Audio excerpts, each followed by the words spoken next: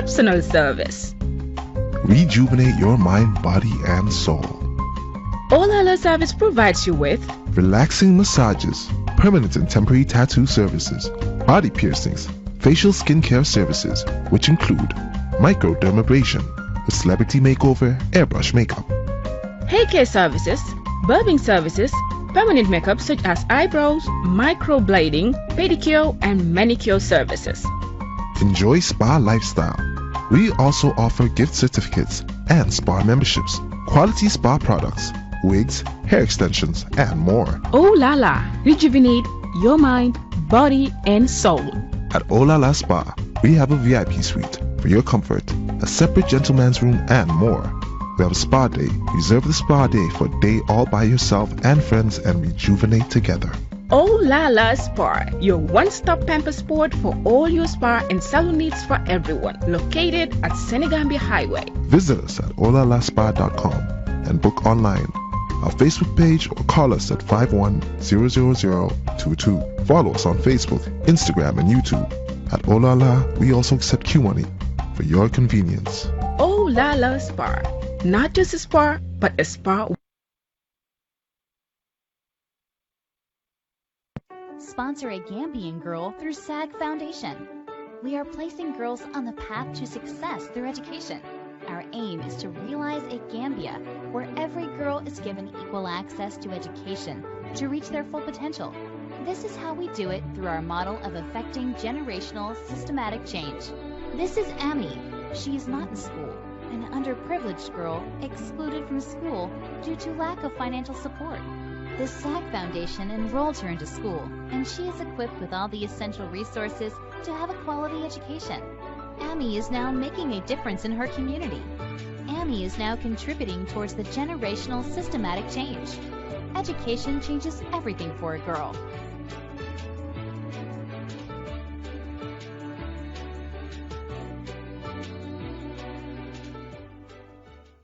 Assalamualaikum mbokk yi maa ngi leen di nuyu yéen ñëpp seen tur ak seen sant di leen ziar bu waaye mu ne maa ngi lay ziar bu baax a baax di wax ne juma mubarak comme niñ ko defee rek ajuma bu ne tey nag ñu ñëw toog fii nag suñu toogaay bi si Elitemedia ma indi fi gan goo xam ne nag gan gu màgga comme ni ma ko dee waxee rek always tey ma ñëwee rek dama dama am gan gu màgga tey nag moom Jalamang Camara laa am tey si suma plateforme bi ñu ñëw nag pour waxtaanee domestic violence yéen xam ngeen ne fi mu nekk ni ñu ngi dunda coronavirus ba léegi te am na ñu bëree bëri ñu ngi dunda domestic violence tey nag in the context of Gambia la ñuy waxtaanee waaye it nañu dugal ci tuuti ci fi nga xam ne foofu la waay nekk si àddina bala may dem fu sori rek di wax ne jërëjëf si suma kawar bu rafet bi nga xam ne dama ko jot dajji ko ci paquet mu ngi nii ees ba léegi si suma boppa bii mu tege fa Pew Njaay mii moo ma ko yónnee si nag from Angleterre ma sol ko xam nga yi nag du suma style waaye nag ba tey rek I'm loving it I'm trying Jalamang loo wax Indeed. You definitely look elegant and beautiful, certainly. You see? Oh, thank you very much. I really appreciate that. And suma boobu rafet bi ma toogee tey nii suma mag bu jigéen Maymuna Rahman Kooka macha allah moo ma ko yónnee si from Sénégal dama yow solal rek dafa lu la neex may sa mbuba yaa ngee bugg a bari nag waaye nañ ñëw de gëj naa gis yéena yi de kay comme ni ma ko defee juma mubarak to everybody di leen nuyuwaat rek yéen ñëpp di leen wax ne jërëjëf saa yu ñu ootee rek ci programme ngeen ñëw tey nag gis ngeen liñ indi tey domestic violence ma bàyyi suma gan gi mu nuyoo su ko defee nañu daal di dugal ci waxtaan bi hi Jalaman, welcome to Elitemedia and I hope let me start with that. I hope this will not be the first and last time we see you. You remember, you're under punishment because I've been chasing this guy for a very long time and he doesn't want to come to my platform. Finally, nag ñëw nga léegi duñ la bàyyi foog nga ñëwaat parce que programme yi dañ ko soxla ma bàyyi la nga nuyoo. Thank you so much, Fatou. It's a pleasure to have you and also to invite me on the platform. I'm grateful to be here. This is a matter for all Gambians, so especially people back home, where this discussion will center on. Is a privilege to be here, and thank you so much for the invitation. I would also like to say thank you to our viewers, wherever you are in the world. And as Fatou said, it's been chasing me for quite a while to come to this forum to discuss topics, related to Gambia, particularly women and children, and see how we can raise awareness, but also ensure that, issues around violence are eliminated in our society, and then we can use non-violent method rather than using emotions to address our differences. And then today, the discussion, we're going to narrow it down to Gambia, but also looking at domestic violence within the household. This is a massive topic and it's very broad. And then it's only important that we narrow it down and then we share our experience around that. And also, I will try to be a bit simplistic in the sense that this is not an academic discussion. Yes. It is a discussion where we share views and minds and experiences and expertise, but I will try and limit myself to that as opposed to using the academic phrases. I'll do my best to ensure that, you know, we give our best. I just want to say that I don't know it all. I'm just going to share what I know. Thank you, Fatou. jërëjëf wax ko ci soose wax ko ci olof wax ko ci pël yow tam Jalamang bul toog fii nit ñi di ko de waaye Fatoumatta Tee nag tubaab la indi to duma ko nangu Jala duma ko nangu roy okay. ñoo Jalamang ñi Okay.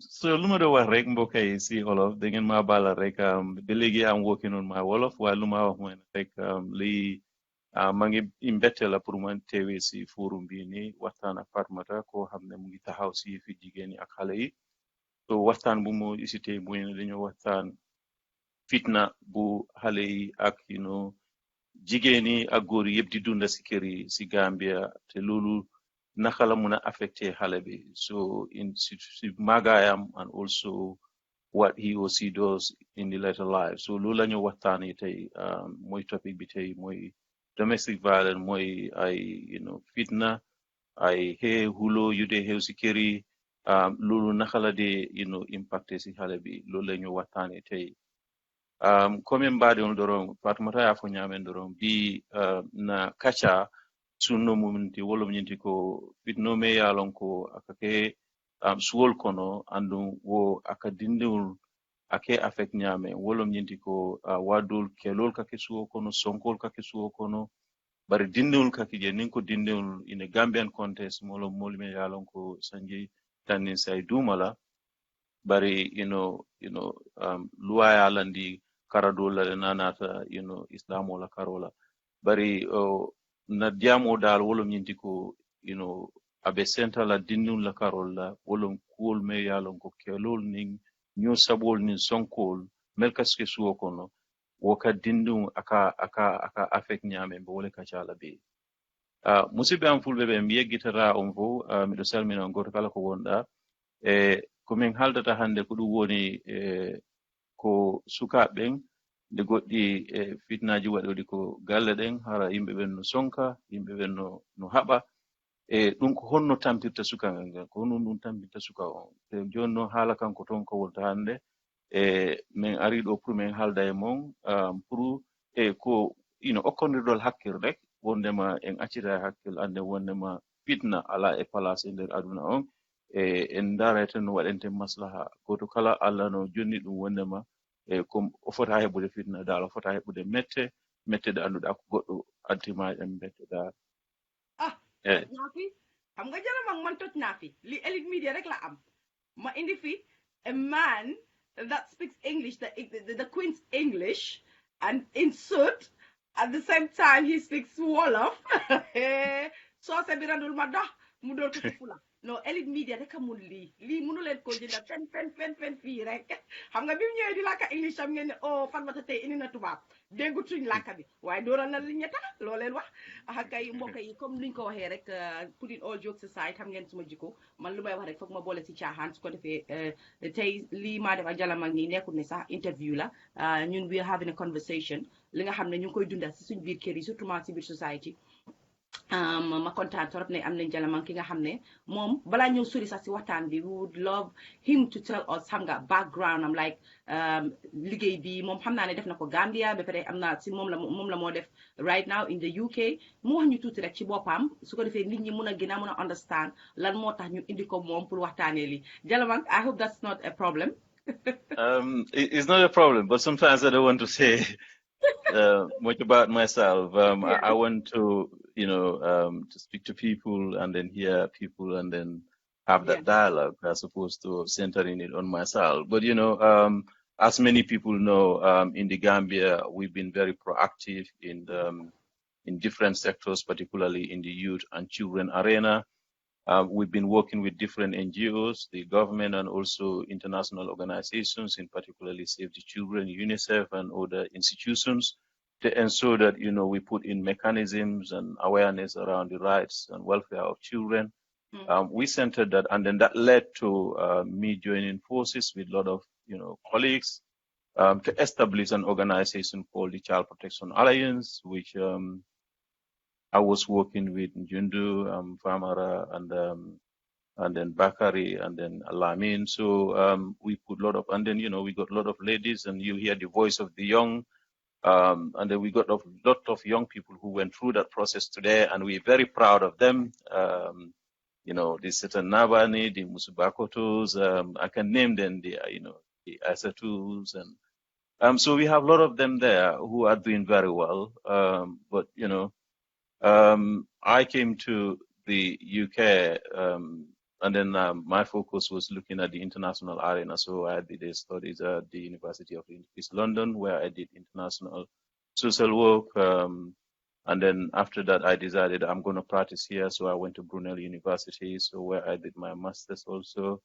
And then after that, I went to Kingston University first, and then Brunel University, where I did a practice educator study. So I, support other people in terms of their learning to become social workers and mentorship. So currently, I'm working in the social work sector in the UK and trying to protect children. But, my mind is in the Gambia, and I'm listening with my colleagues in the Gambia to ensure that, that their experience continue to exist. Thank you very much. And I know at some point you worked with the late Data Hyder as well, right? He was part of the... Yeah. Basically, the Child Protection Alliance is a long history in the sense that, there are amazing people in the Gambia who contributed towards the establishment of the Child Protection Alliance.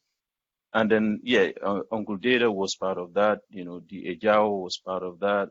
We have Fantasy Se, we have Njundu Drame. Ami Bojang. Ami Bojang. And then we have... Uncle Halifa, Sidia, Aisatu. We got a lot of people who contributed. Auntie Yandenjai, Salifu Jase, wherever he is in the world now. And then a lot of people who contributed, late Kaliba Senghor. We have, instrumental people who definitely decided that they have to come together, and Pakebe. So, and then also Uncle Adam Abba of the Tourism Authority. So definitely to ensure that we have a holistic organization that look at different part, of children. And Rohit Drame, the one. Oh yeah, my sister from the SOS Children's Village, of course. Rohit Drame. Shout out. We definitely have that. And then a lot of people on late St. Louis, and I cannot name them. There are a lot of people who contributed towards the formation of the Child Protection Alliance, and then the police have also played an instrumental role in that aspect. Also, particularly the Justice Department, the Marisains, the Mama Singatis, the Awabas, Nasi Sesalawadas. So all these people, play an instrumental role in establishing the Child Protection Alliance in the Gambia. Of course, I was tasked with coordinating that process in the Gambia, but, PISCO also played an instrumental role. So we've been working collaboratively with a lot of organizations to ensure that we put the issues of children at the center stage of Gambian policies. And it led to establishment a lot of programs and activities in the Gambia. jërëjëf thank you very much ñun du comme gaañ ñi ni ma leen ko waxee rek tey nag ki ma indi fii nii muy Jalamang Camara moom nga xam ne dañu ñu waxtaanee si domestic violence surtout sax naka la dee gën a affecté jigéen ak xalel waaye it duñu bàyyi nag suñu góor yi tamit parce que am na ñu nga xam ne ñu ngi koy dunda fiñ toll nii funny is joyalon nako dara. I think 2 days ago I was explaining to you how a child was really affected by it. Story bi buga nako explain bala ñu duga ci waxtaan bi because am na benn jigéen bu nga xam ne daf ma call confide in man waaye explain nako ne ko dinañ waxtaan lii nii because it's very important ñu waxtaanee ko because concept bu nit ñu bari am ci ne suñ déggee domestic violence dañ dee always think ne jëkkër ak jabar rek la wala góor a dóor jigéen ak yooyu déedéet bu leen ci dee génnee xale yi dañ leen dee abuse at home it is domestic violence as well because it is domestic la rek so loolu dañ leen ko tee sóoraale jigéen bi li ma doon expliquer mooy ne ñundu pour xëy na loolu tam di nga am loo di nga maa ngi ooy ñundi sax xam tamay la ooy ñundu Jalamang li ma wax si nii xëy na sax yow tamit dina am loo ko ci mën a eedaale parce que dinañu seetaan after mu ne li ma doon expliquer mooy ne dafa moom ak jëkkëram yàgg na miin na ñuy am problems at home jëkkëram is very aggressive moom noonu la ko day gisee and dinañ dee egga fu nga xam ne daal dóorante dina dee nekk ñoom ñaar seen diggante I don't want to dwell on that waaye suñ daan di liggéeyi dañu am less of that because of dafa liggéey jëkkër ji liggéey so coow bi du daan bari si kër bi noonu waaye now with the coronavirus they spend more time at home the husband spends more time at home ñu ngi ko dunda ci nu mu gën a métier loolu moo tax mu gën a reach out to man te dañ am doom bu góor yàlla baaxee leen benn doom bu góor waaye doom bu góor boobu léegi dafa gis ne jëkkër ji daf dee yuuxu doom bu góor peut-être daf ko dee dóor egg na si stage bu nga xam ne mu ne moom fii la ne su jëkkër ji génnee sax di nga gis ne xale bi daf dee isolate boppam one secondly da nga gis ne xale bu góor bi start na di ko stand moom as a mother so mu ngi feel ne as a boy this is good for him so léegi mu ngi koo won ne ko warta respect jigéen sax ba pare moom dafa feel ne doomam bi mu ngee def loolu ci moom parce que mu ngi feel ne faytalut ko too much si papaam li ma expliqué mooy nekku ne dafa ragal jëkkër ji de waaye daf ko dee bàyyi mu get away with a lot so xale bi is like lim feel mooy ne xale bi mu ngee build hate si biir xolam bi because of how can you watch me how can you watch my father do these things to me moom loolu la believe te moom believe na ne xale doomam bi su magee dina violent towards jigéen or violent at school and things like that what can you say about that lan nga ñu mën a waxat ci loolu Jalamang. See, this is a very, very sad story, and it's very unfortunate. And then what you're telling me here is that is the aftermath and the impact of domestic violence on children. I must say that, violence in any forms is unacceptable and is intolerable. And then it's also against people's human rights, we need to live in peaceful coexistence, and then be tolerant to one another as opposed to resulting into violence, An intimate relationship, of course, people will have issues, they will have problems, but it's how we resolve them and without dragging children into that, The children are the cream of the society and they're very innocent, And then what you told me and the narrative you just indicated there is just the impact of DV on children. Because there's this, social learning theory. And what that says is that, children learn, from their environment, and look at what is happening. And then they feel it is acceptable and they try to normalize that, So the way you behave, if you are a role model, either you are a negative role model or a positive role model on your children. But it impacts, in either ways on your children. So the narrative you've given there is that this child felt that this is acceptable because I have seen my father do it, so there's nothing absolutely wrong about it. So what that does is, unfortunately, we are creating another person who will go ahead and be violent to other people because as far as he's concerned, that is the normal way of being defensive. That is the normal way of treating women. And that is the normal way of standing up, for him to stand up for her mom, that is definitely worrying. So, and that is what is so, shows that we need to, as a society, stand up and talk about some of these things and try to see how do we eliminate it in our society. It's not acceptable. It's a social construct that all of us need to stand up and be counted. That child deserves something better. That child deserves, a world free of fear, a world free of intimidation, a world free of isolation, a world that is nurturing, that is caring, that is protective. That is what that child needs. That child needs a role model who can show that there is light over there. It's not about violence. Let's not use emotions. Let's try and use our head. Let's look at non-violent means to talk and negotiate. If not, what happens is that this child will grow up and then he will go and do certain things out there. One, to the peers, because it's unacceptable. That's why sometimes people will come out and say, what's going on? Why is the child behaving this way? No, it's the upbringing, it's the lived experience of that particular child, and these things happen on closed doors, and then it's not good on any person. And then we have a duty and a role to ensure that we bring up children in an environment that is free from violence, that is free from intimidation, to show them that there is another way of doing things differently, And then the scenario you give there is definitely mind-blowing, and it's very. I feel so sorry for that lady, but I also feel so sorry for that child who is very innocent, and in his mind, he is not doing anything wrong, because if daddy is doing it, it's okay. I've seen daddy do it. And as far as I'm concerned, mom is a punchback. That is unfortunate, and it's sad. And he's a punchback. He's a punchback, and at the end of the day, society will see that child as a troubled child. When he is not a troubled child, he got that trouble from home. It was exactly built, he was designed that way. So we have to be very mindful and be very careful when we see kids behaving otherwise. We should know there is something behind that behavior. But do we really take our time? Do we take time out to really study kids like that? No, we don't. Society tag them as dafa deget bopa, ki du de dega, ki du de li, yayam yaruko, and things like that. But they don't really want to know what is behind it. You're dragging me into speaking English, Jalamang, and I don't want to speak English. Come on, let's go to the Wollof. I can't speak English properly. Anyways.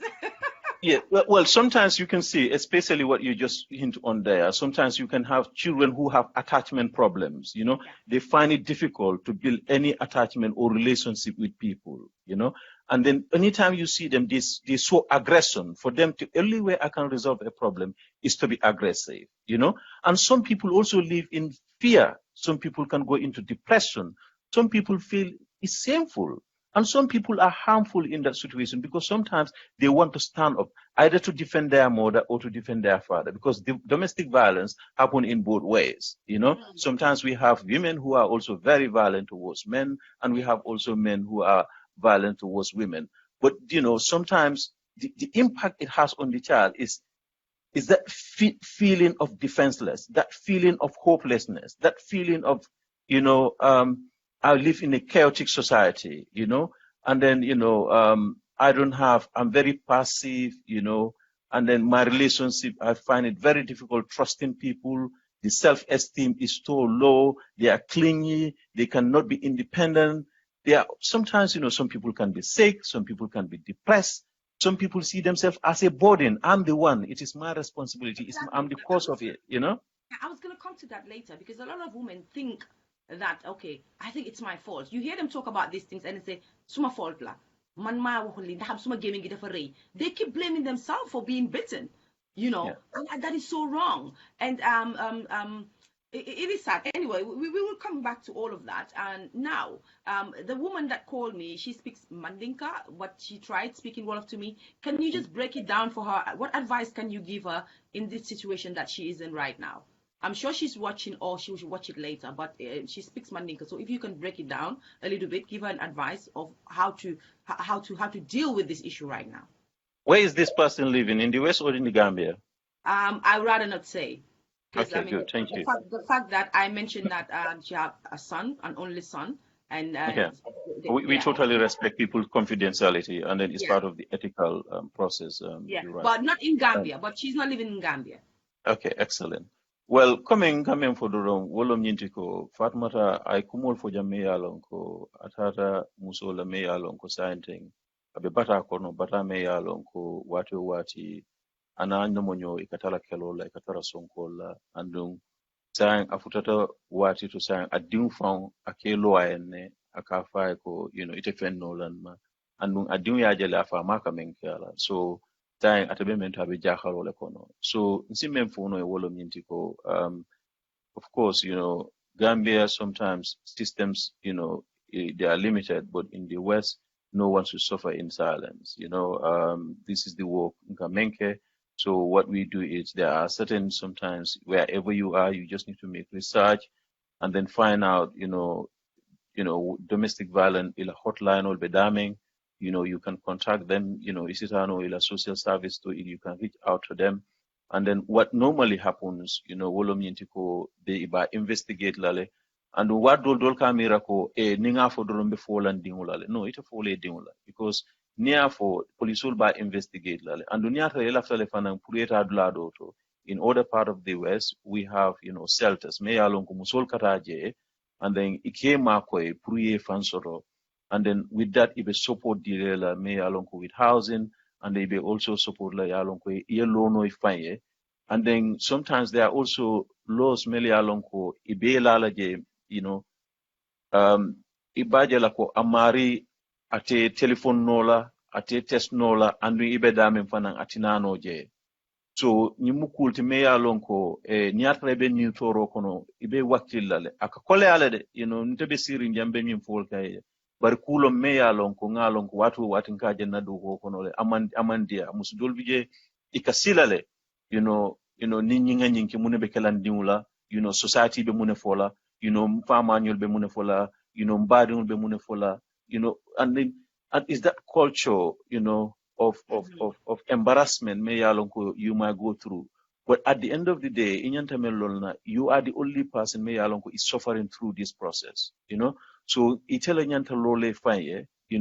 the help of people around you or with the help of state mechanisms to help address some of these issues. But I will urge that particular woman to reach out, and then I don't mind even if you my contact details to that particular woman. Anywhere she is in the world, we can see how best she can be supported. But no one should be living in that kind of society. We all need to. I'm sitting here without any intimidation and speaking freely. And then I want to be sleeping in my house in peace without anyone disturbing me. So in any intimate relationship, that is what we expect. And no one should be going through this. Totally unacceptable. Yeah. Having said all that, I wrote something here. Should people live with the fear factor that if authority, it will be seen as if they're snitched, or they will be seen as people, someone breaking their homes, or they will be seen, or their kids will be taken away from them? Can we talk about that aspect too? Because a lot of people are afraid to speak out because of these things that I've just outlined. Okay, thank you very much, Fatmata. Some of the issues you highlight there, they're very key. We know that some people feel very ashamed to leave. Some people have, they are frightened because they don't know the world out there, and the uncertainty associated with that. Some people feel that, I need to stay for the sake of my children. Some people feel that, the possibility of abuse and also the financial mechanisms around there, how will they cope if they leave, also their asset, what is going to happen, and then how society will view them, and then how will they get on, and the negative response that are associated with all that. But as far as I'm concerned, those are issues that we have to live with, but as we need to look at ways and means of helping people to come out. Now, of course, in the Gambia, it's difficult because of there are a lot of factors, and we have to deal with that. But in the Gambia, we have legal systems. For example, we have the Domestic Violence Act that came into force in 2013. We have the Women's Act that came into force in 2010. We have the Children's Act that is also in place that came into force in 2020. And then we also have other laws. But the difficulty we have is how these things are implemented. As we speak right now, there is no national survey on domestic violence. There is no policy. You say that this is a policy that is on domestic violence. They created a law, and I commend the government and the policy, makers in that aspect. But how are we going to implement that law if the mechanisms are not in place? The law talk about systems that need to be in place to support, people who are victims of domestic violence. And as we speak right now, those systems are not in place. So if you are in the Gambia, I have a lot of empathy for you. at this stage. And then we need to see how we, strengthen our civil society organization and the Department of Social Welfare, the Department of Women and Children Affairs, to really look at what mechanisms they need to put in place, to support victims of domestic violence, and also what is the redress to these things. For example, the law is very clear. Domestic violence, you can be fined for $50,000, or you can go to jail up to 2 years. But as far as I'm concerned, I'll be very surprised if someone said to me that, I had a grumble or a fight with my wife or with my husband, and then all of a sudden we appear before a court of law. So there are a lot of factors that are affecting people in the Gambia. But I just want to go back to the issue of children, and so that, the impact, because sometimes you can see a child who is very intelligent, but all of a sudden you see them, they are regressing in terms of their mindset, because the fear, and then they will be in class, but they're not concentrating because they're not sleeping very well, the violence that is happening in the house. Or they will be at school, but they're worried about their parent. What is going to happen right now? I don't know what's happening at home. And you have some people who are harmed in that process, because they are standing up either for their mother or they're standing up for their father, So these are some of the difficulties we have. But the other issues also we have is that we have intimidation. Sometimes it's sad where you come to a house, nga dugarek, hey, the white accent, and then everyone just goes so quiet, Quiet. Yeah. Come on, who want to live in that? Boromker Ginyona, what kind of boromker is that? Come on, I'll be very worried, to practice that kind of mechanisms. Ya nyona papa nyona is embracing that attachment, hugging, nurturing, not hey, and the intimidation. And mothers will be like, hey, things like that. It happens a lot, Yeah. and they're very sad. Anyways, let's talk about kids. We see a lot of kids, especially boys nowadays. Moms don't talk about it. Families don't talk about it. Then they're 7 lads still. They wet, their beds. I mean, some people keep saying, "Suma don't be them the HB still 7 lads and stuff like that." Isn't it because they're suffering domestic violence at home? They're afraid of something. It is built up in their heads. When they're sleeping, they don't want to sleep. They have to wake up and go pee, and they cannot even get up and go pee because they are scared. Can we talk about that too? Because a lot of people are worried about why their kids are still wet in the beds.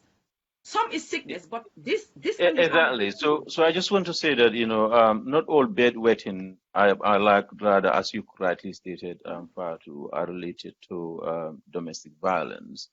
But domestic violence comes in different forms. We have emotional and psychological abuse. Where people will sometimes shout and scream and try to intimidate you. And then sometimes they try to bring you down, try dila tutilo, dila seulo, and then so you bring you down, and trying to call you names and castigate you. And emotionally, that is very draining for everyone, and it impacts on their capacity to parent and to respond to their child's need. The other aspect is also the physical aggression, where sometimes people can hit, kick, punch, and then tweak.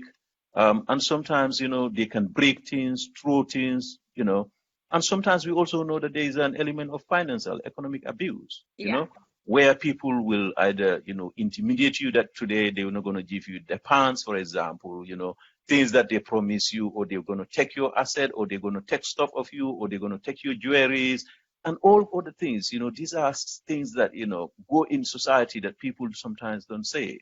The other element also is sexual abuse. Some people are abused, sexually, whether they're willing or not, because people see it as their commodity, whatever I say, that's what you need to do. And that is a part of a cultural phenomenon we need to work on in our society to fight. Now, the other aspect, of domestic violence it's not only the intimidation element, but also is the element of where you use your privilege. Some people use their financial privilege or privilege in society that, you know, they can abuse you and you abuse that privilege. And then because they know there's nothing you can do, you know, I am this in society. So whatever you say doesn't matter. And because people don't think I do that. That is very sad. This is, you know, I love this, the way it is going, the direction it is going. It is very sad because a lot of women nowadays, I mean, I'm saying this because we see it happen in society. So I just hope people will just pardon me for saying this. We see a lot of women now, they stay in their marriages based on the money, the power, just like you said. So a lot of women are being abused at home, but they never come out to talk about it. They don't want to leave because the man is very rich. And it's not like they're scared to go because of the influence the person have. They stayed on because they want to still enjoy the luxury that comes with it. But you know, Jalamang, my point is, love, it doesn't hurt. How can you stay in a relationship having millions every day but then being beaten every night? This is one thing I still don't understand. And then you touched on sexual abuse in our society. Women can even cry when they've been raped by their husbands, and women do get raped by husbands. When you say no, it's no, but these are stuff that they don't allow us to talk about. They feel it's taboo and stuff like that. Come on, let's talk about these things. I mean, I'm glad that you're here today and we're touching on stuff that I really don't really talk about, or when I talk about it, I'm being very careful about it. But all of these things result to domestic violence, I think. Yeah, I'll tell you this. To me, we need to, you know, there are certain things that are very good about our society. I love our country. We are a peaceful country. We have a culture of love, tolerance, caring. We have all these things that we need to celebrate about our country. But there are other issues that we need to work on, you know. And then sometimes when you speak, they say this is Western ideology. It's not a Western ideology. This is a reality, you know. It's about a human right. It's fact, you know. Whether you are a Christian, whether you are a Muslim, all these, you know, religions preach that you need to treat people with respect, you know, and we need to live in peaceful coexistence. So as far as I'm concerned, we need to work on those taboos, you know. I remember, you know, when I was in the Gambia, I underwent a lot of abuse in terms of, you know, my stance on FGM. People tell me that, you know, yo hamulo so bopa, yo I can balanga judo and all other things. But you know what? That doesn't face me, you know, because I am there for something. And I had that also in Mandingka. It may fall long, you know, but, you know, we do this, we do that and whatsoever. But there are certain harmful behaviors in our society that we need to try and eliminate. And that culture of maslaha, you know, we need to work on that, because sometimes people are suffering. They know their life experience. We all know that, you know, so Johe Jabar or Jeker, whatever the situation is, when that door is shut, it's only the people behind that doors know what they are feeling, what they're going through. If that person come to you and tell you that I'm suffering, yeah, you wouldn't believe. For example, I'll give you a data, which for example, it will be mind-blowing for you. Now, in 2013, in around 2012, between October and December, this is a very small data, but, you know, and there was a research done at the IRVH. You know, these are about children, you know, antenatal unit, you know, pregnant women. And then in that research, they interviewed 136 women, 14 to 51 years old. You wouldn't believe that. 61% of them said they have suffered domestic violence. You know, 61% of them, these are pregnant women in the Gambia. Could you believe they were asked this question? 59% said they did not do anything about it. 5% said they reported to the police. 3% said they went to the hospital. 9% said they spoke to extended family. 5% said they just went on brief separation, but they came back. And 21% went on self-defense. That is worrying. That is one data. Now, we have what UNICEF normally publishes this data, and with the Gambia government, is called multiple indicators cluster survey. Now, they were looking at, you know, domestic violence, but, you know, this is not nationwide, but they're looking at it. For example, they interviewed about men between 15 and 49 years old, and it's about 4,000 they interview about 4,522 people to ask them, you know, whether it's justified, you know, for a man, a husband, to beat a wife.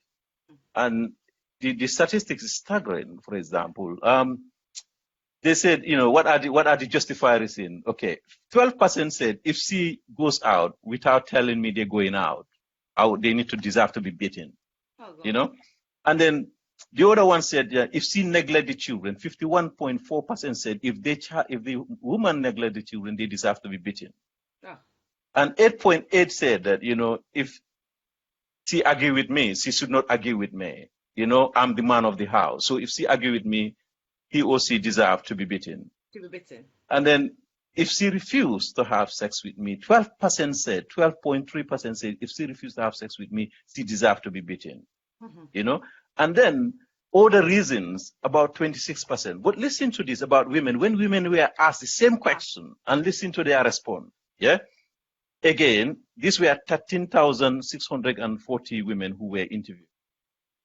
Now, they were asked whether this is justified. And it's interesting that, 31% said yes. Women, 31% said it's justified for a man to beat a woman. Based on what?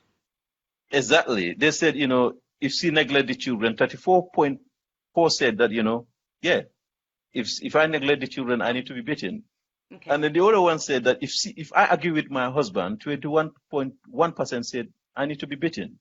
Mm-hmm. And then if I refuse to have any intercourse with her or relationship, 36% said I deserve to be beaten. And then imagine this one. If I burn the food, like while I'm cooking, if I burn the food, 11.8% said they deserve to be beaten. So these are worrying statistics in our society. If this is the way people are thinking, that is definitely worrying statistics. It shows that we have a long way to go, but it's not a culture of blame. It's not a culture of point fingering. We need to bring people along, to work together to ensure that we can live in a cohesive society with the culture of peace and tolerance without, having these primitive views in our society. To me, when I saw that data, I was alarmed by that. And then we have a lot of women who are pregnant. Some of them die because of domestic violence. We have children who die because of domestic violence. We have children who are depressed. They are sick, because of domestic violence. So these are worrying phenomena in our society. And then everyone needs to stand up to be counted to ensure that we stamp this negative virus in our society. And let's talk about our parents, the part they play in this, and religion. Some people want to really get out of the marriage. They want to leave everything behind and go. But you see, society takes them back. Yeah. Parents, the parents always take them back. Either they are like, oh, taranga buma am fi bul mako yaxal, lima muñon sa kër baay, danga rëy laameñ sa jëkkër su la dóoree war na laa dóor lan mooy dóor daf la gaañ daf la def dara xam nga these things. Come on, let's talk to our parents and religion too. Religious, it will go to a stage where you go to a religious leader and he say, okay, léegi mënatuma sëy bi dama bëgg a teggi ci sëy bi mënatuma sëy toog. They will force you to stay in this. And the problem is, once this guy starts beating you or this woman starts beating you, it will not stop. It will continue. Of course, they have their ways. A lot of people that I spoke to, Jalamang, I asked them this question, and I know you ask them the same question. Why do you go back? Why do you have to go back? What is the need of you going back? The answer is, most of the times, xale yi foog ma demaat su ma demutee lan lay def maa ngi am ñeneenti doom. We are scared. Us as women, we are scared to start again. Yes, that's a good question. But also, one thing we need to underline there is that, there are certain women who are self-independent, self-empowered, and they're able to stand up for themselves. But, we have certain women who are, live in poverty. And then Gambia, we're a developing country, and we cannot remove poverty into this. But it's not an excuse to be violent to anyone. People have been living in poverty. They've been peaceful towards one another. But it's about the worry, it's the culture that, we got, someone who has 5, 6, 7, 8 children, and they think, if I leave, where will I go? And then the society don't welcome you back, yow demal nga toog si sa sëy xanaa da nga def nga am doomi jur jur doomi yi ni nga bàyyi leen foofu noonu demal nga téye sa sëy muñ rek. That is the word. Muñ, it has a place in society, but not around violence, Go and, bear, the suffering. Come on. How can we encourage someone to go back and bear the suffering? And then again, this is also the culture of maslaha I was talking about earlier on.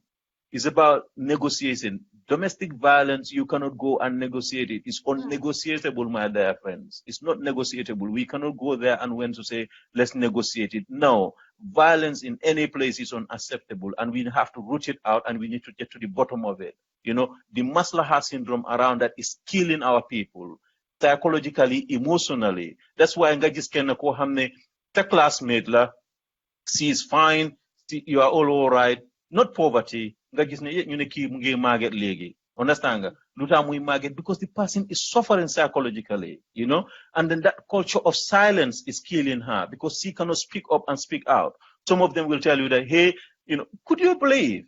They say suturala. So lu xew sen nek yen ñaar rek la ken warula xamal, whatsoever. You are suffering in pain. Some people believe in this, but when they tell you that say suturala, of course there are certain things they are sutura, but not to suffer in silence, not to be abused, whether, you have certain men who are equally abused, and then they cannot come home, sometimes, you know them sister, you get, hey, man, kukumom, and whatsoever. It's a two-way process, and that's one aspect. And then we have our elders going around to say, nantok watana mom, ngir hale, nyana la munyal. Sometimes you see a black eye. Sometimes you see in the blood. The saddest part is in Gambia, when parents force you to go back, you go back. That same night, you might get bitten again. Exactly. Why? Exactly. Why do you get bitten again? Because you went and told the elders. Exactly. So how is this ever going to stop Jalamang? And I'm worried. My worry now is, you talked about poverty. Sometimes poverty drives people to do things like this, to stay on a marriage that is surrounded by violence. But what have we got in place? This is my question. What has society got in place for people that are poor to prevent them from going back to things like that? It feels like society have nothing for them. Government have nothing for them. No one have nothing for them. So you see, these are the reasons why these women always go back. You see, thank you so much, Fatma. I think that is a very good insight and analysis of that point. Unfortunately, the Gambia, I welcome the positive step that have been taken by civil society organizations and government in terms of raising awareness. But what I welcome the idea that they try to enshrine or ensure that they are conform with international treaties in terms of the CEDAW, the children's, the United Convention on the Children's Rights, and all the associated protocols around that. But we are very good at welcoming some of these positive steps. We're very good in putting them into law. But trust me, the sad thing is we're also very good at selfing them to gather dust. How many policies, how many research, how many laws that are created? I can tell you right now, the topic we are having discussing today, all the laws, all the mechanisms are there. All they need to do is to develop a policy, and ensure that they implement the policy and ensure that the mechanisms are in place to get to the bottom of that. For example, today, if, for example, a child witnessed domestic violence, let's say you go to school and then a child came with bruises and saying, oh, this is what happened to me and all of the things, my mother is suffering, where will they go? The only place they could go to is either social welfare. What are the mechanisms in social welfare? Okay. What is the counseling unit there? What can they do? What is the psychological support? What is the exit route there? Where is the shelters in the Gambia? These are some of the things we need to work on. So I know there are baby steps we need to take. I don't expect Gambia to be where I am right now. I'm yearning to it. It's a vision. But we have no reason to stay back. We have a reason to start running. And then we can only run if we ensure that we synchronize our laws, our policies, and address the the systems that need to run those policies. But, anytime you hear that this law is in place, that law is in place, that law is in place, who is implementing, who is enforcing them, And then it goes to our law enforcement officers. I have been a real witness in the Gambia. There was a particular case, it's an international criminal case that I tried to work on, but it was difficult for it to be even investigated. What do? I have to leave the Gambia and go somewhere else to beg an embassy for another country to come to the Gambia and investigate that case with our law enforcement agents. And then within that, they couldn't find the case. Those people entered the country. Within 5 days, they were able to interview about 21 victims of that particular case. And that's why we're able to shut that place down in the Gambia and ensure that that person is behind the bar in the Western Wall. But we're only able to do that because we have to rely on other experts outside of the country. So we have a long way. We have to invest in our human resources. We need to also allow people within the civil society to also accept that, there should be a culture of change. And all that. It doesn't work. You need to move. If you want to sit down and say, the world will move and you will still be there. So to answer your question, I feel saddened that I'm sitting here today, that the mechanism to respond to this, I know there is a unit for gender violence, and then there are, NGOs working in other areas. I applaud them. But to me today, where are the mechanisms? Gambians, we are very good at raising awareness, but we are not good at responding to them. That's why that's why I hate it when people talk about implementing something. There is nothing like implementation in Gambia, because they never get to that stage. They talk about stuff, they raise the awareness, not even to the highest level, but then that's it. I keep saying the Gambians, we live for the moment. If something exactly. Yeah, we live for the moment. If something was to happen today, if my video or I have pictures of me being bitten out there for 1 week, everybody will stand in solidarity. Everybody. You'll be a celebrity. Yeah, you'll be celebrated for the wrong reasons. Everybody will want to stand for me. But after that 1 week, it's dead. I will have no one to help me, no one to talk to, counseling. We don't have, like you said, there's a lot that we can do in Gambia, but we don't have it. They don't even use it. People come, advise them what to do, the steps to take, and everything, but nothing. And now trust me. And now they're losing people like you, because people like you fought for it when you were in the Gambia. But now you left. Now what have we got? People keep saying we have only the noisemakers. Of course we have people there that are trying to make it happen, but it is not working. And let me just touch on something. You talked about schools. I was going to talk about that. That is one area that has failed. When I'm talking of kids now, let's go back to the children. The schools, like here, when you go to school as a child, you're frightening, or you're very jumpy, you're fighting with everyone, you're insulting. They look at your behavior as a teacher. The first point of contact between the child and the social most of the times comes from the school. But in Gambia, no, it doesn't work like that. In Gambia, when a child comes to school with bruises, the first thing the teacher will say,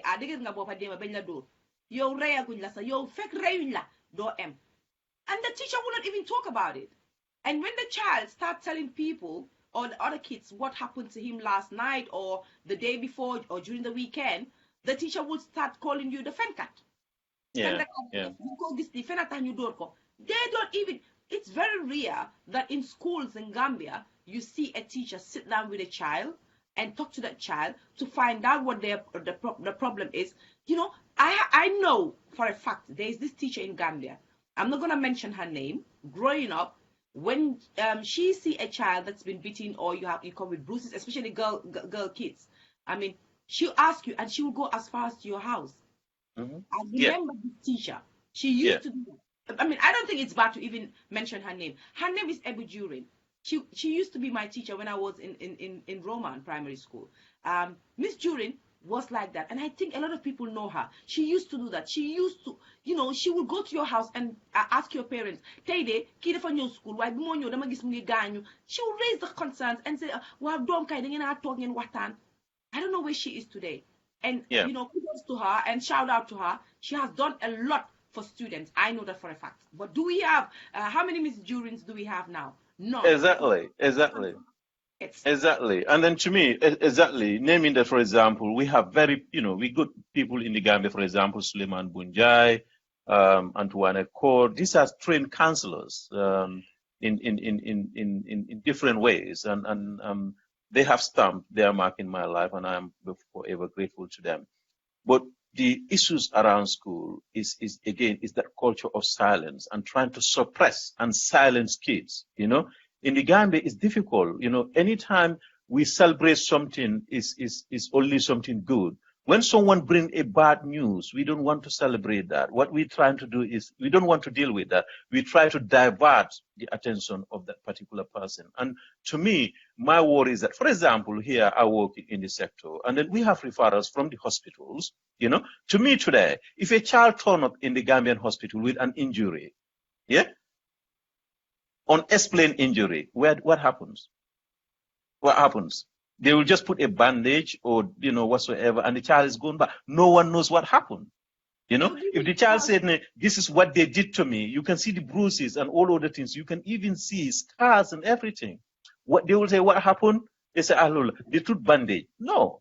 There should be a mechanism whereby you who work in the hospital examine that. We call it, you did child medical. Look at it, realize that this injury and the explanation given is not plausible. So what causes the injury? For example, did they use an implement? Did they use a weapon, to hurt you? What is the mechanism they have used to hurt you? And then you don't allow that child to go back. That child needs support, at that moment. But, that child has already suffered trauma. Why will you allow that child to just go back like that? No, there should be a referral mechanism within the social service sector in the Gambia, whereby a social worker or a support worker will come, talk to this family, talk to the child, find out what has happened to ensure that it doesn't happen to that child again, and to ensure that the child gets the support, the right support. The other thing also you talk about in terms of schools, going back again, a child will come, not presenting nicely, sleeping in the class, They'll say, yo, mom, they don't know why. Why is that child sleeping in the class? Certain children, could you believe, the moment you said, Patu, they jump, I know what's happening, because these are the children. They are terrified because they've been living in terror. No, they live in terror. That is their life. That's their life experience. Some people come with plasters. Some people come crying. No one asks. No one followed those things up. So we have children who are suffering in that country. And then what we did is we put them in the parking lot, or we just put a plaster around it, or we scaffold it, just put a scaffold there and leave it, this is not cosmetic surgery. We need to get to the bottom of these issues and ensure that we help our children. No child should suffer in silence. No child should be subjected to domestic violence. And Lilen Warawatan, in the Gambia, we need to do this talking. But I can tell you this. My worry is that what we need to advocate for is that culture of non-violence. When I was in the Gambia, we crisscrossed all the regions in the country. I have been. Most of the teachers will tell you, I have been with them where we had a lot of training programs with CPA, with our colleagues, to ensure that corporal punishment, there is a policy that is none. And that's why education came up with that policy based on our intervention. The other aspect we need to work on is around putting, sensitizing our religious leaders, sensitizing, our community leaders, for them to understand that, you cannot use maslaha to massage violence. That is not the way it works. We need to address it, and we need to hit it on the nail. We cannot go back zigzag. No, we cannot. We need to deal with it. And this is it. For example, I had a lot of issues with FGM. What happened? We brought all the religious leaders, together, and then we spoke about it, and then we brought the parliamentarians, we spoke about it. And these are some of the things. These are people who have power in our country. There are policies. We need to work, but the mechanism needs to be in place. Because, for example, if a school child turn up today, injury, suffering, where do they go? Department of Social Welfare. What is a Department of Social Welfare? Nothing. In terms of the municipality, where the Canifin, Brikama, Soma, or Mansakonko, or Basse, Janjambure, Farafenni, what mechanisms are on the ground to respond to these things? You know? This is my problem. I think that those people there, they're not really fighting for this that much, because you secure a job, you know, that's it for them. They have secured a job, that's it for them. But they're the one that need to, you know, really push for kids like that. Counseling for mothers, counseling for fathers. You know, if we don't have centers like that, it will not work. Now let's move on. Let's talk about this little aspect, this little area. I have seen a lot of youths drinking alcohol non-stop in Gambia, taking drugs non-stop in Gambia. Some will go as far as raping their girlfriends or raping girls or whatever. Now, don't you think like these people need someone to talk to, need a place to go to and find and talk to them? Because when you talk to these kids, these youths that a lot of people keep saying they're useless, they don't want to work, they need to know what is in their heads first. And most of these kids, if you look at their backgrounds, come on, Gambia is very small, we know each other. If you look at their backgrounds, they have suffered domestic violence. So what have society, or what have we got for people like that? Nothing. Yeah, and I think you reach a point. To me, I always, because I grew up in the Gambia, I work in the youth sector in the Gambia, and then I don't buy the idea when someone said to me that the youths are useless. I'm thinking, where's your evidence base? You know, as far as I'm concerned, no youth is useless in that country. It's the opportunity and also ensuring that they get the right support. We have demonstrated that, you know, CPA got an organization called Voice of the Young.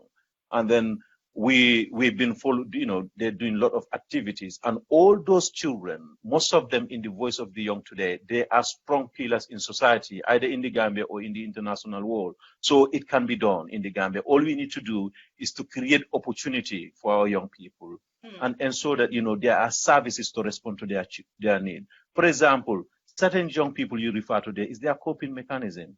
You know, they are stressed. Sometimes some people use drugs just to, you know, put a plaster to the problem. You know, they use alcohol to hide it. You know, and these are some of the things. And some of them see their parents smoking, drinking, and if they smoke and drink, they do whatever they want. They see the violence that is associated with that. But we need to put in mechanisms in place. When we see someone, we cannot use the word ndesan. You know, ndesan, hey, holalki, ndesan, holalki. No, that person don't deserve ndesan. That person deserves an action. You ask yourself, what do I need to do to make a difference in that child's life?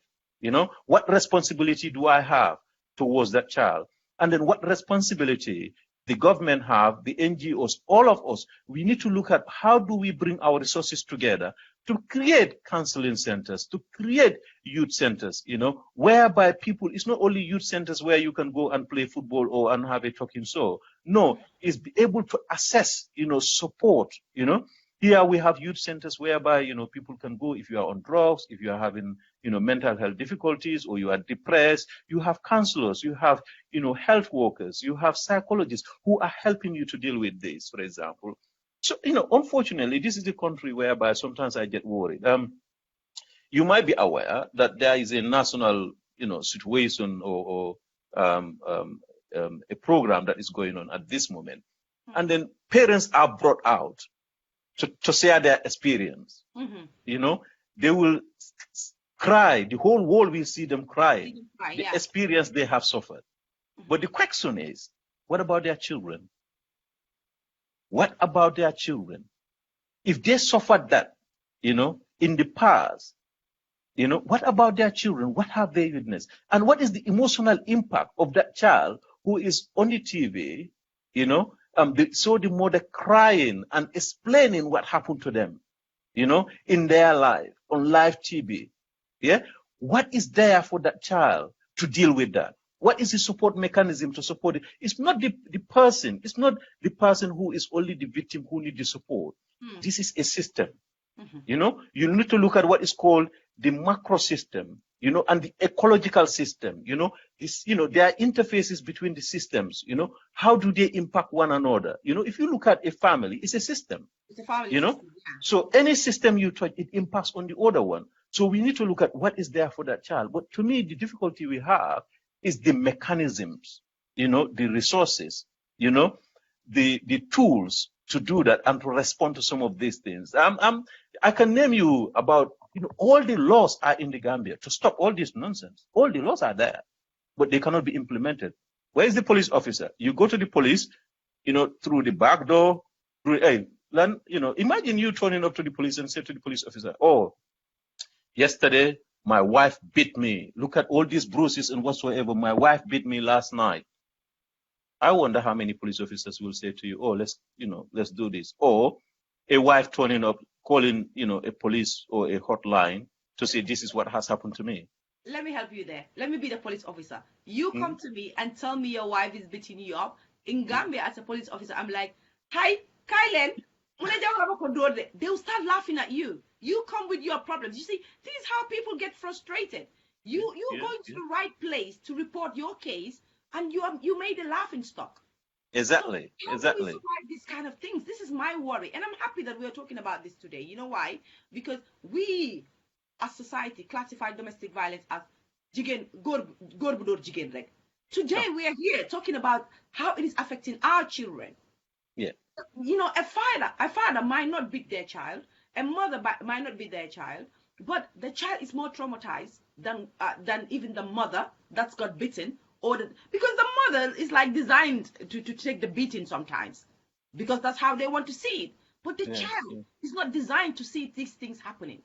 And what we fail to realize, and what we fail to put in our heads is, these kids are the future generation. They copy what they see. If a child sees a parent reading books all the time, there's higher chances that you always see a child with a book. But if a child sees someone like me, make up, dress up, sit there, chatting on Facebook, have no time for my family and stuff like that, my child will never sit there to hold a book to study or go online to study. You see, these are the things that we need to talk about and teach our, people in our society. And we're failing. I think we as a nation, we have failed each other. I don't think it's only government that has failed us. Us, we don't want to take responsibilities as well. We have to push. When something happens, Jalamang, I think parents are not pushing enough. You go to the police, they make you a laughing stock. Report the police as well. Make big noise about it. You need to push. Exactly. And then I think is when we talk about, building capacity building or enhancing our infrastructures in the Gambia, that also include the police. For example, why will I go and beg an international an embassy to help me deal with something in the Gambia? Why will I do that?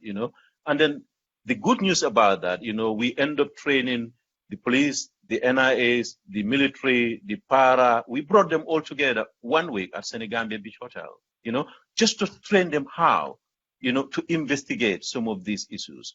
But again, the culture of maslaha in our society is something. You just made a reference.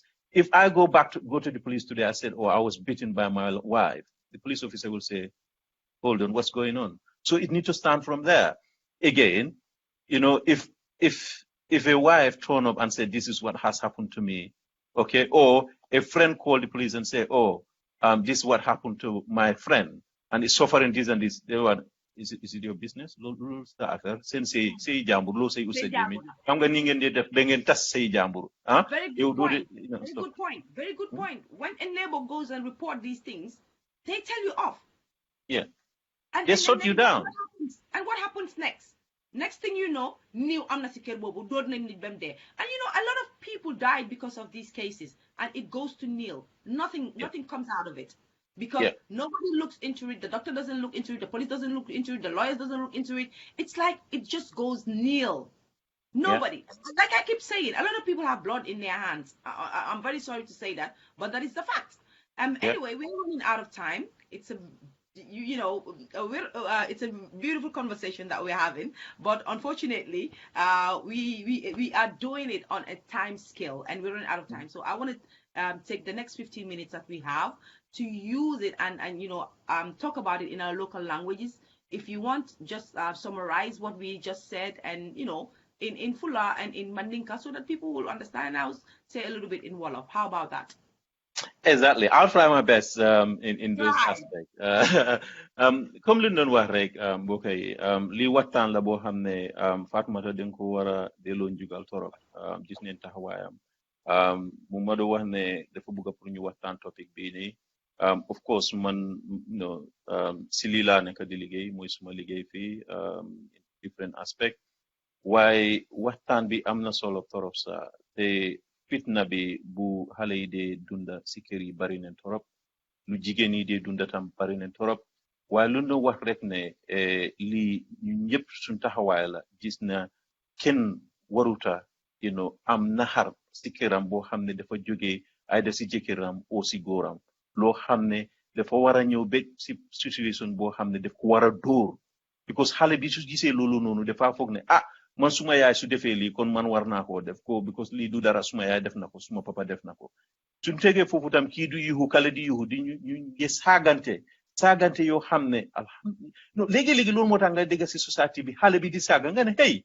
yow foo jógee jëlee saaga bi waaye soo toogee sa papa di saaga sa yaay saaga bu nekka loolu def dee wàccee xale mooy confident am bi self esteem am bi moom xale bi def dee foog ne man daal lii la nii man aduna lii la man musuma xam ne aduna lii la loolu su yàggee dafa distop xale bi lu moo distopé si xale bi mooy ne dafa distop jàngaam bi si magaayam tam def ko distop in different ways si seeyam dina ko distop góor la jigéen la dina ko distop si lu moo ut yëpp léegi-léegi lii dina ko affect torop sa so den war a bàyyi si xel loolu noonu lu ñoo wax mooy ne am na ñoo xam ne lu ñoo dunda kenn waru koo dunda den war a taxaw den war a bàyyi ne dañoo wax ne neen maslaha sa jëkkër la waaye sa jabar la bàyyi leen rek bàyyi am nga fa ay doom da nga war a dunda lii leen ñun lii leen xam ma ne su fekkee ne lii leen xam léegi société bi move na on ñun xamantuñ ko ku nekk dafa bëgg a am jaama boppam so si kaw loolu noonu ñun yëpp den war a taxaw du wax ne rek nguur bi lii la nguur bi la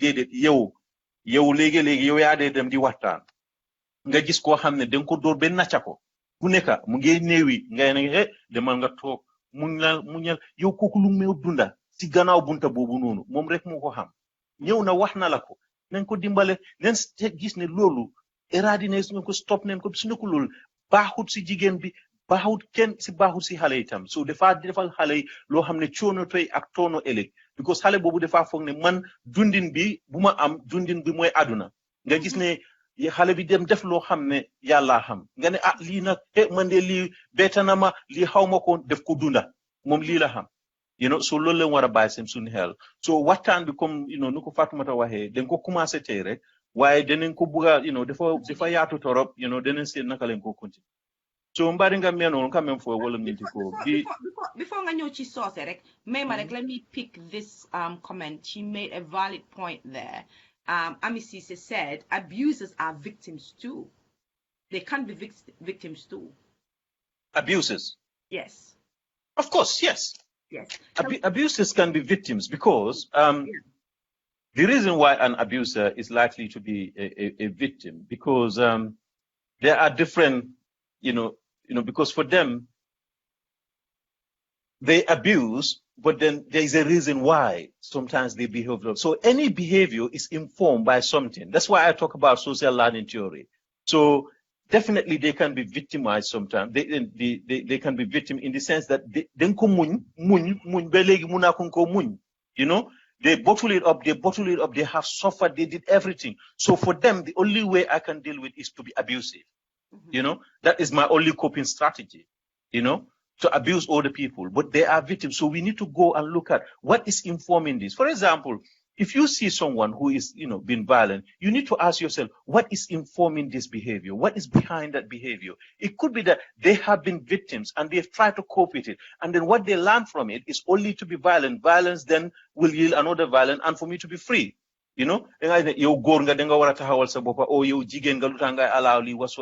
So the only way they can do is to, sew it off, and then they can, sew it off in different ways. Of course, she has a valid point there, and then we cannot underrate that. Yeah, I want to come to that a little bit because I want to ask this question again. What have society and organizations and government God for people like that, because we tend to just nurture or the person that we think is the victim, that's the one that's been bitten. But in reality, here, the person, the abuser, goes through counseling as well. But in Africa, I don't think that happens. When they feel like you're the abuser, that's it. They don't deal with you.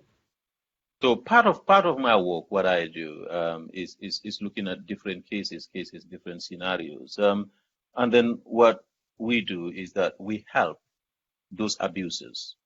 Some of them need help, and sometimes we have them. They call domestic violence awareness. Where people will show their scenarios, and then we'll show them non-violent way of managing certain things. So we have what we got. We got mothers group, we got fathers group, we got domestic work sessions, we got domestic workers, violent workers who will go and teach people and then try to talk to them about their problems and show them that there's another way of dealing with this. And sometimes, information that comes out of that can be a bit surprising to you, because you think that, oh, this person is is very abusive, is doing this, is doing that, not knowing that that person has been suffering for years. They've been suffering for years. It's just manifesting itself in that particular way of behavior. But as I said, this is a very broad topic, and then I try to narrow it down, and then because this is the first session, we have look at different angles to it. But I think it still need narrowing down to look at it. But exactly, unfortunately, again, in the Gambia, we have a long way to go, because to answer that question in the Gambian context is what is there for that person is blame. And sometimes the abusers go through double punishment, because one, they abuse, they go punishment through that, but then there is no way of, trying to reform them. We have to look at how do we reform those people, to be understand. Then again, let's be careful, bearing in mind that abusers here, when an abuser is being counseled or is giving help, they try their level best not to do it again. But in Africa, when you help an abuser, it's like you're grooming that person. See, so this is very sensitive. We will come back and we'll talk about it. Yeah, there's a shift here, and then you're right. We need to be very careful in terms of how we deal with this, and then we're not also saying that all the abusers are not innocent. Some people do it, and then we need to deal with it. Some people do it. Some and then abusers need that help because they have maybe mental issues, or maybe there's a lot behind it. So let's be very careful. And then in this country, sometimes we do what is called psychological assessment. Sometimes we do psychiatric assessment, and sometimes we do assessment whether they're in drugs or gambling and all other things. We look at different factors that is informing the behaviors that they do. So we do that in here. But again, in the Gambian context, it's difficult in the sense that, again, I will go back to things like, what is the mechanism is in place for those people, and then it's the taboos that are around that, is that culture of silence, that culture of maslaha, that culture of, hanayo do gur, hanayo do jigen, hay lola, yefi jigen yefi gur and these are some of the things that is affecting our society. But it's difficult because, of course, I know we have NGOs coming up, I applaud them, but to me, we can come up with laws, we can come up with policies, we can come up with awareness. I want to see places where people can go. I want to see redress. What is the court doing? Who is pressing charges? How are we dealing with that? Rather than only relying on this culture of maslaha, culture of negotiation. Domestic violence cannot be negotiated. And I can say that and again and again and again. Yeah. So that is very clear. So Mandingka, yeah. Maring Mandingkol, kamem for Wollof nyindiko bi nata kuma la meli alonko atata pitno la karola anin kelul menka kesuo kono me alonko atata aida muso o akema muso nil kewoli katara kella andu wo akadinnu mantora nyameng na kacha bi sundnata walla bari commenta mo mansia nyemu topic le me alonko warta bake bari kamem fonu ndoronko nyanta njikol falinale because menka kesa inteng na society kono akadindul batandele akadindul doje akatara sino la dobije akatara fono la dobije akasila dobije abe sumna la lara kan dobije abe mental health problems so dobije ala self esteem abuka diamuno fan dobije akatara baralal don akijoka fara dobije buka hani. So nyilon kulmel yalon ko ni fitino kake suwo kono yaje i babe fa lapila o i babe fa lapila o fabe ba lapila ite wuluta o kono e kamira ko nyimu kultime yalon ko nyanta kake hani imma nyanna kake so nyanta dindul kulula kulul nyame yalon ko i nyanta men karana wolom nyinti ko nsi problem o soto no suwo kono le bari nsi kol nyin kachano le watra mankelo kije mansonka kije bawo wo kam dindul mantorale ni bina kebayala andu because itel kajele ko nyin kultime yalon ko ngajele mfama kake ngajele ko mbama kake so tanati je nyanta kelal andu wo kade mantorale so nyanta hakilo tula nyin to baba kele bawo nga statistical bondi jameli yalon ko yaitande kum even musu konomal ike bute come on what kind of society was that ika duldi dindul ika fawo kono watara mari ama wulu no folo bari bawo ya damfule afata dindum fata kono yol dem hakil tuwolti wele alon ko kachanyin a sunnata nyine la bari am atadanna janna nyim kumu kulen alon ko nyanta ka kacha ngaje ko ni adol men bije meli alon ko ni kuketa ngatanga kacha ngatanga badi ya kacha nko fitino anin butero wo buka badi ya kacha anyanta stop la le nyanta kule kela meli alon ka stop ta ko bijele musibe am fu ko mi hala na no yonko ko wonne hande ko affaire fitna mi hala na ko anduda de goddi ayi debbo no lappi gorko ma gorko no lappi gorko gorko no lappi debbo e galle dum adda fitina on hara suka on no yiya dum ma nene on no yenna baba on ma baba on no yenna nene on hara no luka no e nder galle dum moƴƴa e suka suka kala ko faala ko woni jam idum foti andude wonde man de goddi ayi goddo no imo hara mo sofa nde goddi hara mo huli hara mo o sella o wata yaade école ma so yehi école o wata jangude dum fo no tampina suka so ko on affaire fitna woni ko nder galle din ko dem woni haldude hande anduda honno wallirte yimbe hala sukaɓe wallambe kari rewɓe no tampi rewɓe woɓɓe no ɗon harayɓe reedi woɓɓe no ɗon koye ɗum ɓe mayata we are better than this Gambia we're better than this Gambia and then attachment is very important attachment theory. We have some people who have sexual attachment, you have some people who have ambivalent anxious attachment, insecure attachment. These are some of the things that we need to talk about, but it has an impact on children because, for example, there is a theory, a listing theory of development. It shows that children develop from one stage to another. Now, until they are, adolescent towards their adulthood.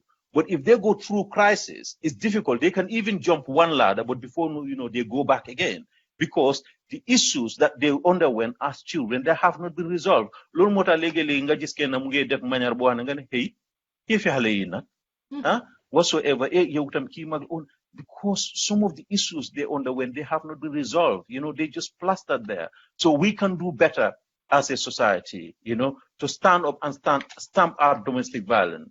I want to say this, violence and assault in any way or in any shape is unacceptable. Yes. I want to repeat, it's unacceptable. I want to say this. It has no place in our society. I want to be very clear that we need concrete actions. We can and must give children a brighter future. We need to show them that there is a more to peace and their future is bright. Mm-hmm. We have a responsibility. It is an unacceptable violation of human rights. We all need to stand up. The culture of blaming is not helping anyone. And as we speak today, there is someone today who is thinking of what is going to happen to them tonight. And that person could be anywhere. But I will urge them, in any country, there is social services they can reach out to. In the Gambia, they can contact social services, the police. But it is a phenomenon that is sad. It is a phenomenon that we all need to stand to be counted. And Fatmata, I can tell you, this is a social responsibility you have begun. And then there is no, pay for this. It's only, I have seen your passion behind this. And we need people like you in society so that, people don't suffer in silence. People don't suffer in silence. We have women, we have men who are suffering out there. We have children who are suffering out there. They deserve better. These children, they are innocent. They came to this society innocent. They don't come here violent. They learn these things. They learn them. These are social learning stories. I am, appealing to every Gambian today. If you are violent, I want you to think twice. Mhm. If you intimidate people, I want you to think twice. If you rape people, I want you to think twice. If you abuse people financially, I want you to think twice. You have a duty for that person. You don't want that to happen to your sister. You don't want that to happen to your brother. We have a collective responsibility. And if we all stand up, we can all be counted. Fatumata will be in the history books and no one can remove that. And then we all want to be part of that, Fatumata's journey.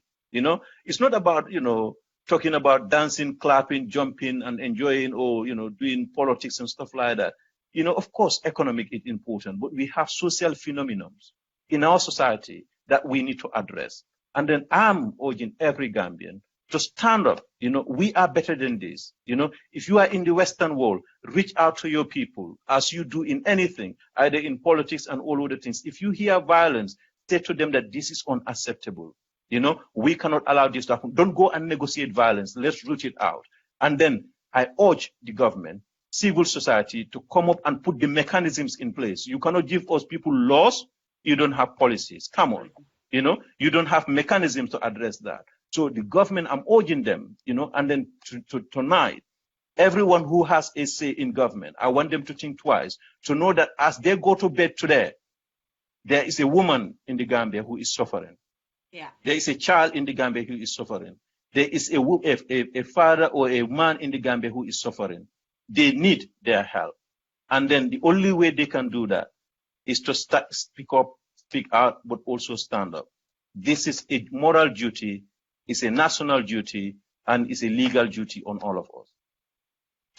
Wow. A well-spoken, I would say, vote of thanks. how should I address it? I like that. I was a bit emotional there, but I like that. I think we need that. I can see even you being very emotional. You're very passionate about this. Yeah, And as much as you're saying that I'm very passionate about it, you are too. And yes, I totally agree with you. It should be a collective effort, because government can have all these policies, and the people like us, we don't use it the way we're supposed to use it. We need to stop. It needs to end today. We need to stop going to places, reporting a case, and then withdraw the case.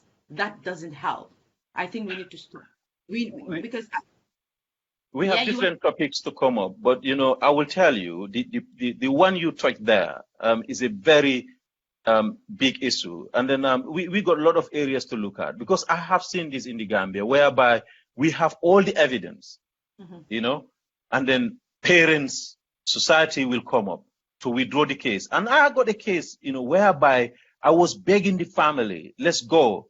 They withdrew, they refused, they steal all kind of things, and society rely behind them. Sutura, sutura, sutura. Hey, you cannot sutura masibode. And these are the reasons why the likes of you're passionate about it, so you're gonna go on doing this. But we have people that used to be so passionate about it, but they just stopped, and then went on to another career, because they feel that I'm wasting my time. I fight for this woman, I fight for these children, I fight for these men, and then what is the end result? Men and by society duga, religion duga, Mokanized duga, harito duga, a lot of stuff comes in, and that is very unfair. And I feel, Jalamang, I know it's the end of the show now. I feel part of punishment for abusers, for people that abuse, who are the abusers, is they need to be forced. There should be something in place. They need to be forced to come out in society, in part of their, part of their healing, because they need to heal too as an abuser. In part of healing, they need to come. And when people are advocating about this, or they're talking about this, or are sensitizing us about this domestic violence, they need to come and tell us what they used to do and what their plans of recovering and stuff like that. That way, I think a lot of people will stop beating their wives or beating their kids and stuff like that. Like we said, this is not something, it's just the beginning of a new beginning. We are going to come back here and we're going to talk about how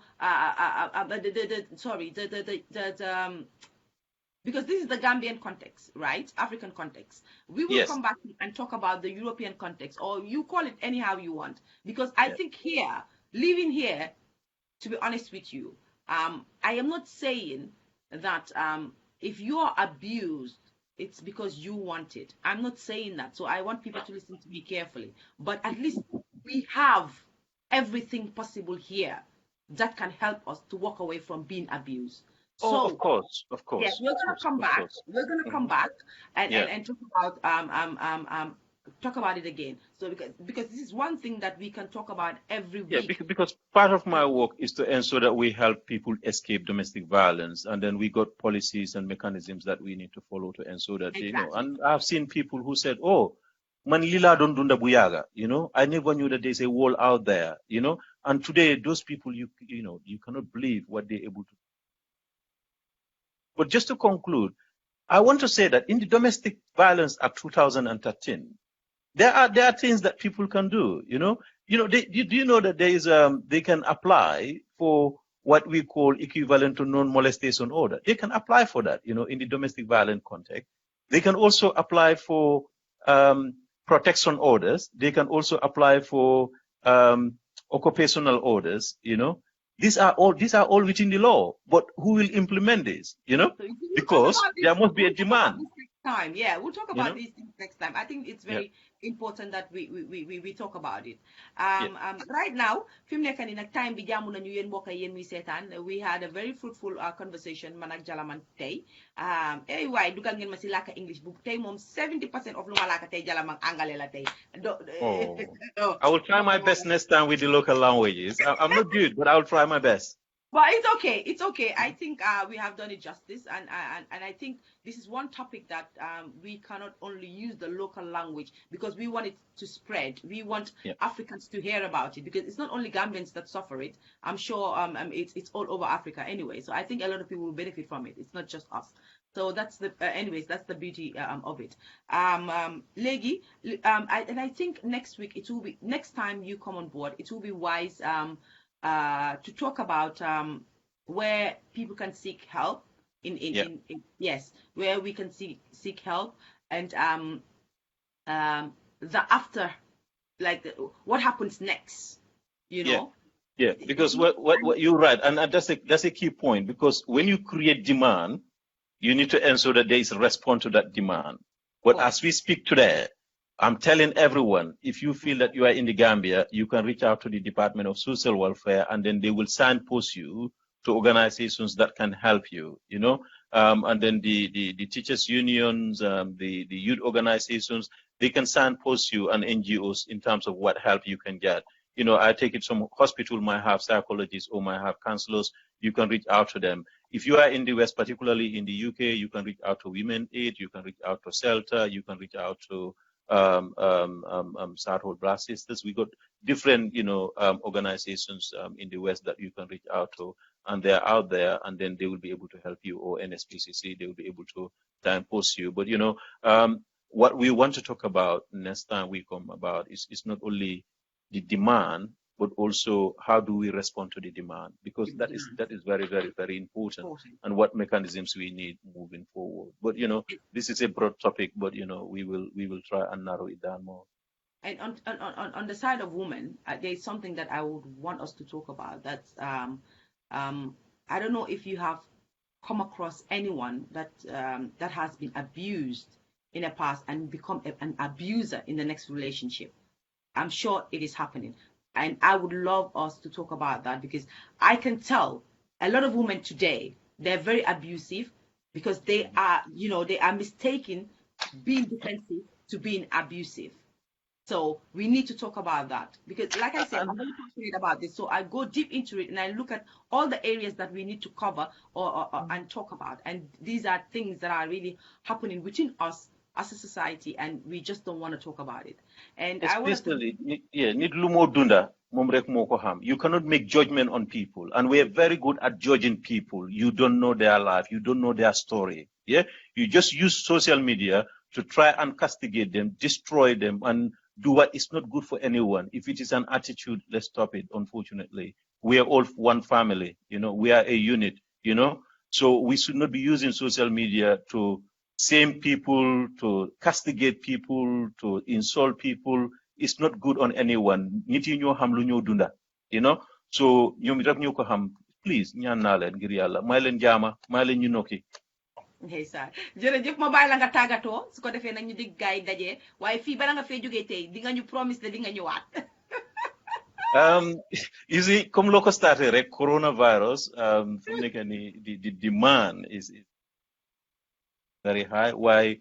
Then I do my best, and then we will work out that, and then we look at the topic, and then I will definitely come back. Comme lu ma ko waxoon rek, I don't want this to be academic discussion. Loolu moo tax, I did not bring in any academic discussions into this because I want us to talk to the Gambians, and probably next time we will try and minimize the use of the English language, and then we go into the local language because we need to get to the unreached. There are people who are having difficulty with the English language, so let's read the unreached. And the only way we can read the unreached is by using our local languages and our dialects, and to ensure that the message filter down, and then together we can do this. Trust me, together we can do it. Let's put it this way. I promise you one thing. We will have a particular day that we will come, and I'll find someone who is gonna do the conversation with you, or the discussion or interview with you in one particular language. Like I will have someone who speaks Mandinka that will come, and then you guys will do it throughout Mandinka throughout, and then we will do Fula throughout because you're very fluent with those two languages. So that we will skip the English and the Wollof part. Dinga try ak man rek su ñëwaatee boo xam ne Wollof dong la. So ide angale sa manela wax ko ci Wollof, so ide angale la wax ko ci okay. Because we want, like I said, I normally say this to people, like if you watch an interview or watch a conversation or a talk show that is in a language that your parents don't understand, it is your duty to translate to your parents, because we want this to reach there's a target for this, and the target is locally.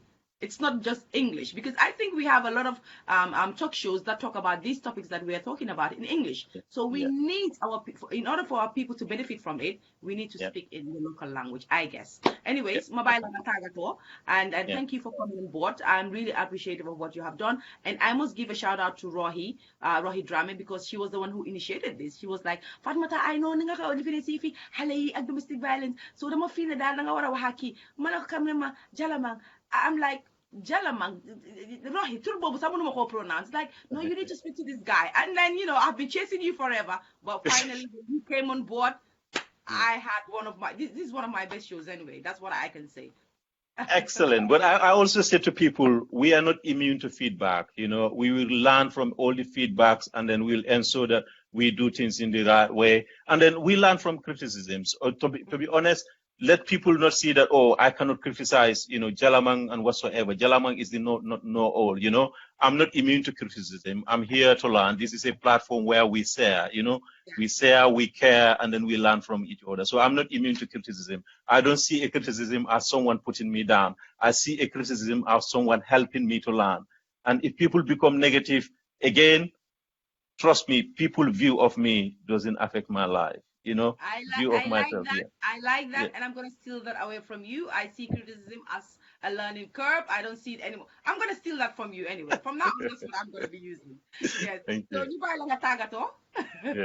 Well, jërë ngeen jëf waay programme bi comme lu ma wax rek ku nekk ak sa xalaat la xam naa am na yeneen yoo xam ne juum na su fekkee ne am na yoo xam ne wax naa ko waruma ko wax ma ngi ñaan ñi ñu baalal ma ci loolu noonu comme lu ma doon wax mooy ne rek doomi aadama mutut def ne mun a juum man danaa jànga te tam criticism bi danaa ko welcome te tam ni su waxee dara si man ñaan naa leen kenn bu merci loolu because man suma nit boppa la so lu nit wax si man loolu duma affect man loolu duma ko dee just and then it's the same thing mbari mandinkolu ñi ngal ni mbara bake fa foru nol me yalon ko karan long ñi mu karantal ci del bisi karanoje so ni me ya minda ko kude bi je ngafo manya na fo la nyama be yam fo danelal ba musiba am fulbe mi do salmina on fo dum ko hala men fudido joni kono ka hala ka continue kono andi tagangel yona te de goddi harami haali ko anduɗa am fota haalde mi do toro on accano nan hakke kono inshallah rabbi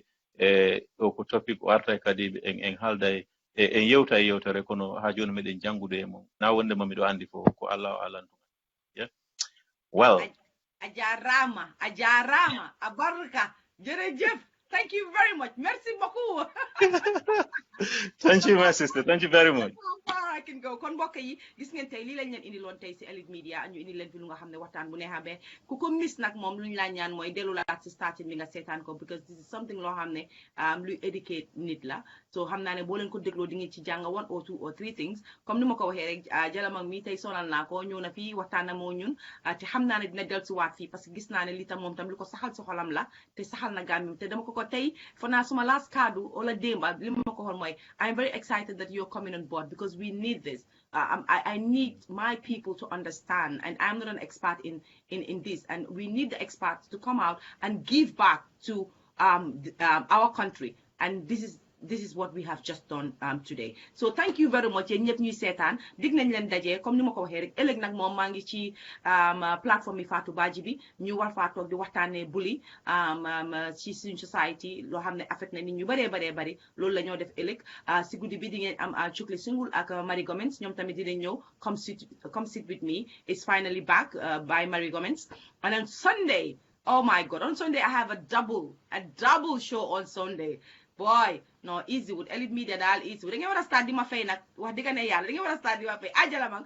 Indeed, certainly. On Sunday, we have the open line where we will be talking about stuff that is affecting us in society. Myself, Ibrahim Anyas, and Tingon Fatou Diouf. And in the evening, we will have the honorable man, the man of the hour, the man of the year, the man of the time, Honorable Halifa Sallah. And Legi, I'm not even send question now. Why didn't you write an exclusive interview with Halifa Sallah? I have done so many exclusive with Halifa Sallah. I think it is time we call it Watan ak Halifa Sallah.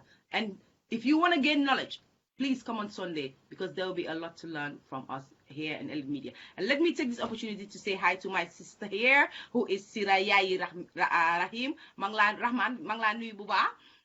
Ci Stockholm Lemu Job yang si biir kër bi La Cissé yang si biir kër bi Cuuj Cernoba yang si biir kër gi Aïssatou Faye Nelson kooku sama anti la maa ngi lay nuyu di la ziar bu baax a baax yang si biir kër gi anti Aïssatou tey kontaan na mu ne wow my language that means I think you were speaking Fula kontaan na ne tey laaka nañ si Fula anti Aïssatou dama nga seetaanaat ko tey Fula yi fi laaka xal na moo bari Roxi Dramé di ko joxaat shout out because su toon moom xëy na tey du ma am Jalamang tey si plateforme bii nii mu toog fi Aïcha yaa ngi si biir kër bi di nuyu suma brother mi nga xam ne Jibril Rahman kooka mu ngi si biir kër gi di nuyu suma family members ñu bari si biir kër gi Ami Cissé thank you very much for your contribution Nobiam Queen yaa ngi si biir kër gi yéen ñëpp ñuy seetaan yaa bintu seen kooku sama rakala yow tamit maa ngi lay ziar si Angleterre yéen ñëpp ñuy seetaan dig nañ leen dajee comme ni ñu leen ko waxee rek fii si Elitemedia ak yeneen show yu nga xam ne dinañ ci jàngee lu bare bare Jalamang thank you very much and thank you dinañ wax si suuf suñ paree thank you very much thank you bye.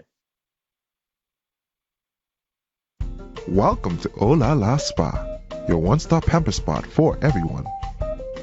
Oh La La Spa provides you with all your spa and salon needs with professional and experienced personnel with stellar exceptional service. Rejuvenate your mind, body, and soul. Oh La La Service provides you with relaxing massages, permanent and temporary tattoo services, body piercings, facial skincare services, which include microdermabrasion, with celebrity makeover, airbrush makeup, hair care services, barbing services, permanent makeup such as eyebrows, microblading, pedicure, and manicure services. Enjoy spa lifestyle. We also offer gift certificates and spa memberships, quality spa products, wigs, hair extensions, and more. Oh La La, rejuvenate your mind, body, and soul. At Oh La La Spa, we have a VIP suite for your comfort, a separate gentleman's room, and more. We have a spa day. Reserve the spa day for a day all by yourself and friends and rejuvenate together. Oh La La Spa, your one-stop pamper sport for all your spa and salon needs for everyone. Located at Senegambia Highway. Visit us at olalaspa.com and book online. Our Facebook page or call us at 51-00022. Follow us on Facebook, Instagram, and YouTube. At Olala, we also accept Q Money for your convenience. Oh La La Spa, not just a spa, but a spa with a difference. Sponsor a Gambian girl through SAG Foundation. We are placing girls on the path to success through education. Our aim is to realize a Gambia where every girl is given equal access to education to reach their full potential. This is how we do it through our model of affecting generational systematic change. This is Amy. She is not in school, an underprivileged girl excluded from school due to lack of financial support. The SAG Foundation enrolled her into school, and she is equipped with all the essential resources to have a quality education. Amy is now making a difference in her community. Amy is now contributing towards the generational systematic change. Education changes everything for a girl.